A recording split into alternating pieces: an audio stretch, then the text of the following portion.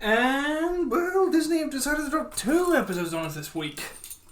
Another 2-part in regards to a Republic, or rather an Imperial conspiracy at the heart of the Empire itself. I should have guessed that Admiral Rampart was going to get his comeuppance. But anyway, these 2 episodes were really interesting, to say the least. First of all, Senator Tucci's back! After so many years, I had a funny... I thought she was just a Clone Wars character. I didn't realise the fact she was coming back. Let alone probably a little older and a little wiser. But still very much the same idealist. Not an ideologue, not like Palp. Tucci is an idealist. But what amazed me, I think, was the fact the episode starts off with a bar scene with the 2 clones arguing. Talking about how bad things are getting for them. And the fact we see clones in civilian clothing. Well, I think quite possibly more like a set of overalls. Probably like an off-duty uniform. It makes me think the fact that they've been trying to figure out what to do with the clones, so a lot of them have been stripped of their armour and weapons, and have probably been given jobs as security guards and things of that nature. And I think just the whole way the episode started off, with a sniper shot, was brilliantly done, to say the least.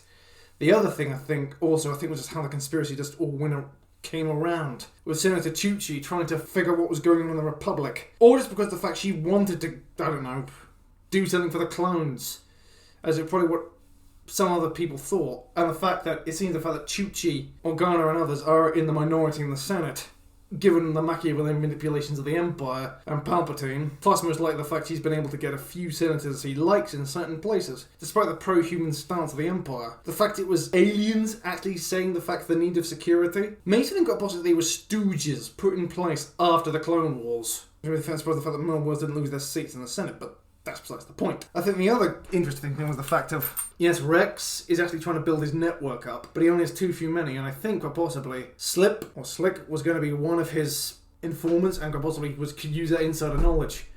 I think another good thing about the episode in general, I think, was the fact the conspiratorial nature of it, and the fact the sniper, who I thought was above the other, was not what I expected. The other good thing about these 2 episodes combined was I think of how well it linked together. You've got Tucci trying to figure out how she's going to she goes to meet the clones, see what they want, and then tries to convince Slick to testify in front of the Senate, but that doesn't necessarily really do all that well. And then more and more things keep happening. And then the next episode is probably even better than that one. It's Bad Batch at its best. Oh boy, going into the Rampart's Venator to steal the data, and then wrecking it! Wrecking that Venator. I mean, why wreck it? If it was an Imperial class, yes, crash it into the wall! Oh wait, no, crash it into the wall or something like that. But anyway, that scene, the whole sequence there was quite good. And yet, the Bad Batch is still using, and Rex is still using stun, which I think is going to come back to bite them at some point, but that will probably not change as well. I think another thing that was so good about this episode, I think, was just the fact that Tucci actually takes a liking to Omega. I think they all have done so. I think that's just what it is. I think Omega just wins everyone over. And I think that idea of we're seeing the galaxy, changing galaxy through a child's eyes, it's going to be one of the best things I've ever seen. Not only does it create an idea of family, I think it also makes each and every one of these moments very important, as these are the events that's going to shape Omega into the person that she will become later down the line, when she gets older. And all of this, and following on from the Tribe episode, she's still trying to figure out how to get everything to work properly. Like, she tries meditating like a Jedi, but she doesn't have a Force connection. And the fact that Rampart is trying to create the Stormtrooper Corps, and this is how basically the Stormtrooper Corps was created. We've already had the TK Troopers being rolled out, but now the Defense Act, the new bill that's being put forward to the Imperial Senate, is exactly the kind of thing. It's pretty much just, the Imperial Senate is just a rubber stamp for Palpatine at this point.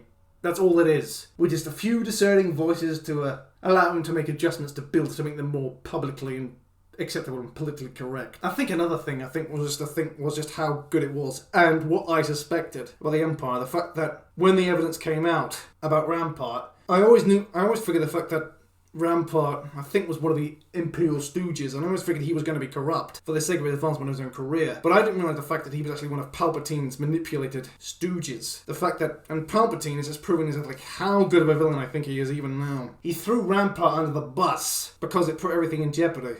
And at the same time turn the idea of the fact that clones following orders so blindly after Order 66 and decides that to use that for the creation of the Stormtrooper Corps. I think in reality, I think it's the fact it's one step closer to what's going on. He's yet to do like the massive nationalizations yet. That will probably come later down the line. But I think also it's probably going to be a concern for about the Venator class when those ships get scrapped. Because I think also the fact that a Venator, someone was able to get into the access to the Venator, scrap it, And I think Rampart's villain is probably going to be off to the scrapyard sooner or later, which just proves the fact that the Empire is becoming very much exactly what we see in the films, slowly but surely. I'm not sure where the ISB plays in yet, although that might be something that we built later down the line due to the rise in insurgent activity. I think it's just the fact that the way Palpatine did it as well was masterfully done.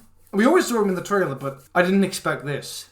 And the fact he gives one of his speeches about the concerns about the clones and everything else, about Rampart's sake of advancing his own career and how he went rogue. And Rampart's now been thrown under the bus, as you do. And that just really I think, sets the tone. But I think, arguably, the hardest moment to watch was at the end. Rex and the Bad Batch coming to the rescue, not saving the day, and Palpatine manipulating information to get what he wants. That was a masterstroke, I think, on the writer's part. But I think Rampart being arrested, I think that was actually... I think inevitable once the evidence was going to come to light. I think they all expected that, but Palpatine throwing him under the bus. I think there's going to be a short show trial and then Rampart's down and out. That's the end of him. Or he might be put elsewhere if Palpatine doesn't have him disappear, given the fact of how much he knows. But I think the other interesting or shocking thing was the fact the sniper as well. He was a clone. Which makes me think the fact that the Empire isn't done with clones. And I get the funny feeling that the research's done, but the fact the order was wiped, I think this is exactly what the Empire might be doing. This might be the beginning of the Death Trooper program, given the fact the Death Troopers are the elite of the elite, and there's another reason why as well. The Death Troopers are always quite large and powerful and intimidating, and this might be the first step. It's just in the fact that Palpatine is looking not just beyond the Stormtrooper Corps itself, but maybe onto something that a bit more intimidating. Given for a fact how devastating the Death Troopers were. Okay, in the film, the fact that the clone had no identity, and just committed suicide then and there when they began interrogating him. But the hardest moment, I think, to watch the entire episode was the scene in which Echo says goodbye to his squad. It's a hard moment. It's quite... I wouldn't say it's emotionally gut-wrenching at all, but I think it's hard, especially for Omega, because she's had 4 dads. Well, 2 dads, a goofy uncle and a smart uncle. And now, poor old Omega now has to say goodbye to one of them. And quite possibly to her favourite one. Well, we don't know who her favourite is. I think she likes them. I think she loves them all equally. More specifically, it's Omega and Echo. And it's a little bit emotional, but at the same time, it just proves the fact that Echo knows what he can do the most good, and that's with Rex and his network. Doesn't mean the fact they won't see each other again, but I think he was too much of a regular trooper to fit in with a Bad Batch. And despite everything that he's worked towards, he needs more time. And I think it's where he really belongs, with Rex and on the clones, not with the Bad Batch. It was an emotional goodbye, especially for Omega, but I think they knew it coming. But I'm surprised the fact they didn't tell her till this point, but I think the reason why was because of the fact that they knew what Omega would do. Omega is, I think, learning hard lessons, and these are going to shape into the person that she will become. And I just hope beyond anything, when the Andor second season comes out, that maybe they find an actress or actor who can play Omega. I just hope they can, because I think I would love to see Omega becoming Andor's sidekick for a couple of episodes. Just because it would be funny. I think it's because I think Omega would probably she's an interesting character, I'll say that. Very complicated, but also I think the idea of the young rebel who needs a little bit of straightening out, it would be a good thing, and I think it would also play into that. But that's probably for the future.